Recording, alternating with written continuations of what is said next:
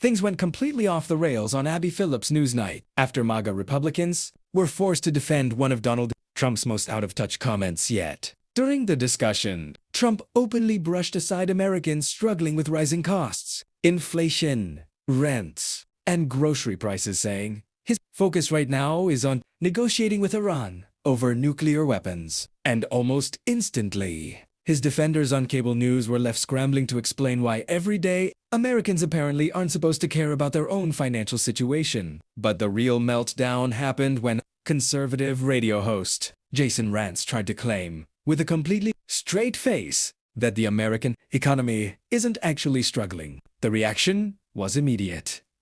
The entire panel burst out laughing live on air. You could literally feel the disbelief in the room as the argument completely fell apart in real time. It wasn't just disagreement. It was the kind of laughter that happens when people genuinely cannot believe, but they're hearing. And that's what made this moment so brutal. Millions of Americans are dealing with higher prices, rent hikes, and financial pressure every single day. Yet Trump's defenders seemed more focused on spinning the narrative than acknowledging what people are actually experiencing. The panel's reaction instantly became the story because it perfectly captured how disconnected this debate sounded to a lot of viewers watching at home. In this video, we're going to break down the entire exchange, the exact moment the room turned against Jason Rantz, how the panel reacted to Trump's comments, and why this clip is now blowing up across social media. Watch the full debate closely and stick around until the end for the full breakdown and final thoughts on everything. Good evening, I'm Phillip in New York. We're in President Trump's economy now, and most people aren't happy with it. Tonight, the president is heading to China as the Iran war is driving inflation to its highest point in years.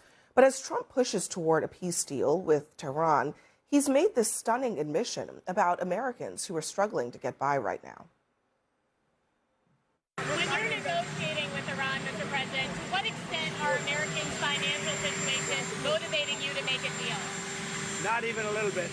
The only thing that matters when I'm talking about Iran, they can't have a nuclear weapon. I don't think about Americans' financial situation. I don't think about anybody. Today, for the first time in 3 years, inflation has outpaced wages. That means that life is getting less and less affordable. And just to keep up with inflation, the average U.S. household now has to spend $319 more every month for the same things compared to January 2025. And tonight, new polling is showing that people are fed up with this. 77% say that Trump's policies have increased the cost of living. Another 70% don't like how Trump is handling the economy. And despite all of that, Trump continues to claim that things are booming. Now we're the hottest country anywhere in the world. Inflation is plummeting. Incomes are rising. The economy is roaring back. Thanks to these pro-growth policies, our economy is roaring. We have the greatest economy we've ever had. We're the hottest country anywhere in the world. The economy is going great. Gas prices are way down, and the stock market is way up today. Our country now is the hottest country anywhere in the world. We have this unbelievable economy. Grocery prices are way down. Used car prices are way down. The hottest, the best country anywhere in the world.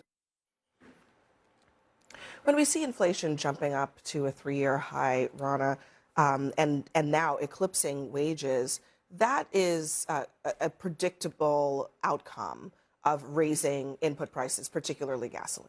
Yeah, 100%. I mean, gas, food, these are the things that people really pay attention to when it comes to inflation. And what's interesting is even if we were to get some kind of resolution to the Iran situation in the next few weeks, which personally I don't think we're going to get, the pain would keep coming because gas takes months to get where it's going. The supply chains that feed, the economies that depend on that energy, these are things that are like dominoes. You know, if you remember way back to COVID or the beginning of the Ukraine war, the pain of those disruptions lasted for months, even if there were solutions. And so this is something that's not going away anytime soon.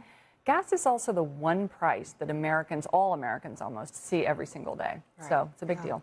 And the president saying, I understand the point that he's making that Iran not getting a nuclear weapon is important to him. But the idea that he would also say that he doesn't think about the cost to Americans that is beyond just a gaffe. It's also an admission of something that he's not paying attention to right now. No, I don't think it's an admission of anything beyond how you negotiate. You would not give this kind of power to Iran. I think they're two separate issues. You've got the political issue, and I think he made a mistake politically in saying it in that way. But the reality is, when you're negotiating with a terrorist regime, you're not going to tell them, I'm hanging on to this one piece so you can exploit it, thus we can't actually get to any kind of resolution. Strategically, from purely a standpoint of negotiation, it was a smart move, but he's taking it at a political cost. And I think that also points to him truly believing this, that he's not going to do what's politically right for him right now or for the Republican Party, because what he knows is an actual threat coming from Iran in the long term. And to the point that all the polling seems to indicate that we all kind of understand Iran can't have access to nuclear weapons, period, ever. And so he's taking some short-term pain. He hopes it's short-term for some long-term gain. I don't think he's taking short-term pain. I think the American people are taking short-term pain. And I don't think the president has to say whether he cares or not about the American people in terms of, he's president of the United States. I would hope he cares about the American people. He does. And he doesn't need to. So he doesn't, I mean, whether you say it one way or not, the reality is Americans are suffering. And the actions that he is taking makes it seem like he's not going to do the things to stop them from suffering. Now, two things can be true. He could not do that, and he could also believe, as I believe, that Iran can't have a nuke. And yet, Americans don't want to suffer, and they are fed up with it. And the political costs will be consequential. Maybe not to him. I mean, he'll become a lame duck. But to the people of his party. And the question is, when will they turn on him? Because when they won't, he'll still have his seat in the Oval Office. But many people won't on the Hill. Your point, I think, is very fair, but also looking at the CNN poll today is actually kind of interesting. While it's not good news for the president, undoubtedly so, but his numbers aren't actually moving in any real direction. He's been stagnant on his approval rating since I think it was October. The dumps. They're not good. But I'm saying, despite all of this, they're not continuing to dive down. Let's take a closer look at the numbers. When you compare April 2025 to today, Democrats continue to disapprove, shockingly, of President Trump on the cost of living issue. Independents, more independents, 18% more disapprove now of the president than a year ago. Republicans, it's a 25% increase over a year ago. So there is definitely a shift happening, including among independents and within his own party. People who are blaming him for making their lives more expensive. I think, though, when you're the president of the United States, I mean, you said it right, they're blaming him. Who else are they going to blame? He is 100% responsible, and that means he's responsible if things continue to get worse, or he's responsible and deserves all the credit if we exit Iran and things end up remarkably well. And I think when you look at the polling, obviously he's seeing it as well, right? He knows exactly what he was doing when he went into Iran. He's very worried about midterms. Yes, he'll be in the Oval Office, but he knows what happened in the first term, right? He remembers getting impeached time and time again. He wants to win these midterms 100%, and I think the polling is accurate. I think we all want a better economy. Whether you love Donald Trump or not, you want the numbers to be better, but two things can be true at once. You can want a better economy and yet still believe that when we're out of Iran and this is behind us, he is the only person, hands down, that could actually get costs down and bring us back to where we want to be. I absolutely agree that Donald Trump is responsible for the current state of the economy. It seems like the Trump administration has been operating with the sole goal of inflicting as much damage on working Americans as possible. He took office and spiked 2.9% inflation up to 3.8%. Gas prices are up to $4.50 in most states. And he did this all while stripping insurance away from 10 million Americans. I think the most impressive part is the deficit hasn't even decreased at all. The deficit is still increasing year over year. And one more point I want to make is when Donald Trump took office, he and Elon Musk immediately gutted the Consumer Financial Protection Bureau, right? This protected people like us from fraud, from predatory actions from banks or businesses. He gutted that. So Americans are not only worse off, Americans are not only struggling in their pocketbook, but we're more prone to fraud. I don't get how this makes us safer or better off at all. You know, one of the things about Iran that really worries me, and I actually kind of agree with you in terms of what he had to say on air at that particular moment, but, you know, the whole Iran war is just bad news. It's bad news politically. It's bad news economically. It's not going away anytime soon. And interestingly, you know, we're about to go into a summit with China. the Iran war just handed China a huge weapon because America is depending more on fossil fuels.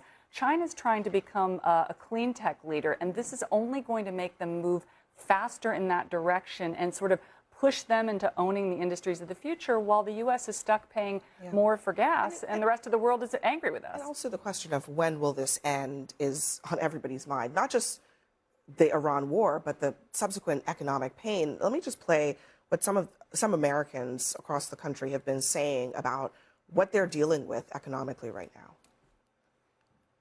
It's survival mode, and that's a mode that haven't been used to. For me, a financial stressor is groceries. Everything's gone up from the beef to the eggs. I'm a junior, and I missed the whole semester of school because I couldn't afford housing. I want to have a house and have a family, and you know what I mean? Like my parents did. Yeah, I mean, what that young man just said at the end there, that's also backed up in the numbers. 47% believe hard work is enough to get ahead. 38% believe they will ever buy a home. 34% say that they can't comfortably afford $1,000, and just 28% say that they can afford to take a vacation. The number one thing that this president was elected on was bringing the cost of living down, making people's lives better. And I think one of the core issues, and we'll get to more on the Iran war later in the show, but one of the core reasons this war is so unpopular is because many Americans don't believe that this was a necessary move right now. And they see themselves, by contrast, paying a pretty steep price at a time when they don't feel like it. Yeah, I think that's fair. I mean, the problem here is when is the right move? When do you actually get involved? When they have in January. Nuclear weapons capability? And the answer is, of course, no. So it is a fine line of trying to figure out when you're supposed to get involved. We've been having this conversation for decades, specifically on what to do with Iran, and the president decided now is the time. Now, that could be the wrong political move, and there are consequences economically for that. But we also have to look at the big picture. Every president has said we need to do something. He took a stance. Yeah. Debate the stance, totally fair. Debate the results of that, totally fair. Obama took a stance, and Trump seems to be getting us to a worse The stance that he took led us to a point where they were this much closer what does it tell you that to not just Trump having, is getting a worse deal? Not just have more ballistic cover for their actual nuclear program, but also getting closer to that. That is a result of that failed Well, the CIA just came out with a report saying that Iran could maybe spend 3 to 4 more months with this blockade, and that would turn the global economy into a recession. But when you're the president of the United States, you have to look at the totality of circumstances, right? And so if, yes, Iran is one piece on the playing, on the chessboard, but the American economy, you could say, was your queen, right? In this, in like the Iran might, I mean, I hate to put it like this, but might have been like your front row of pawns, but the economy to the American people were your queen in chess, and he exposed this queen. And so you lose the game when your queen becomes... Politically, I think he exposed the queen. Not just politically, but like... I'm sorry, we have 2% GDP growth. We have 10% increase in business investments in this country. That does matter. GDP growth, just to be clear, is not some blockbuster number. No, it's not. We are not... But we're pretending it's going in the opposite direction. But it is not... That's coming off of a period in which GDP growth was less than 1%. We can't gaslight about the actual history. A whole year of virtually zero private sector job growth. GDP growth that was below 1% and only went up to 2% is not a victory. It's a sign of an economy that is struggling. I'm sorry, but when you say that there's growth and then they're struggling, it doesn't match. Let me put it this way. It's a sign of a resilient economy, which suggests that it is taking headwinds. Jason, let me let Rana weigh in on that. Well, also, you know, I like your framing of the chessboard. I would actually say Iran's sort of a bishop. You know, it's important, you know, the U.S. economy is the queen. But here's what... If you're going to take the bishop, and I agree, you know, you can say this is an important thing to do, you've got to get it just right. Iran is not Venezuela. Iran is a tough nut, maybe the toughest nut, aside from, say, the South China Seas, to crack. You go in, you know, you knock out everybody we could have negotiated with, but the judges are still in place. The repression state is still in place, so people can't rise up. This was, you know, an absolute screw-up in terms of how it was done. And it is going to be a legacy for a decade for this country. And there might have been reasons why other presidents did it different ways, because when you actually look at the totality of circumstances, you end up with an economy that is so fragile that your party can't stay in power. But then you end up with the nuclear power. We're going to have another discussion about Iran just coming up in the show. But next. At the end of the day, this wasn't just another political debate clip. It was a moment that exposed just how disconnected a lot of politicians and media defenders sound when talking about the economy. Whether you support Donald Trump or not, most Americans know things are expensive right now. People feel it every time they buy groceries, pay rent, or fill up their gas tanks. So when Jason Rantz tried to argue that the economy isn't struggling and the entire panel started laughing, it instantly became one of those moments that people online are going to replay over and over again. Not because it was funny for Republicans, but because it showed how out of touch the conversation felt compared to what everyday people are actually experiencing. But let me know what you think. Was the CNN panel justified in laughing at the argument? Or do you think they crossed a line? Drop your thoughts in the comments below. And if you enjoyed the video, don't forget to like, subscribe, and turn on notifications for more political news and breakdowns.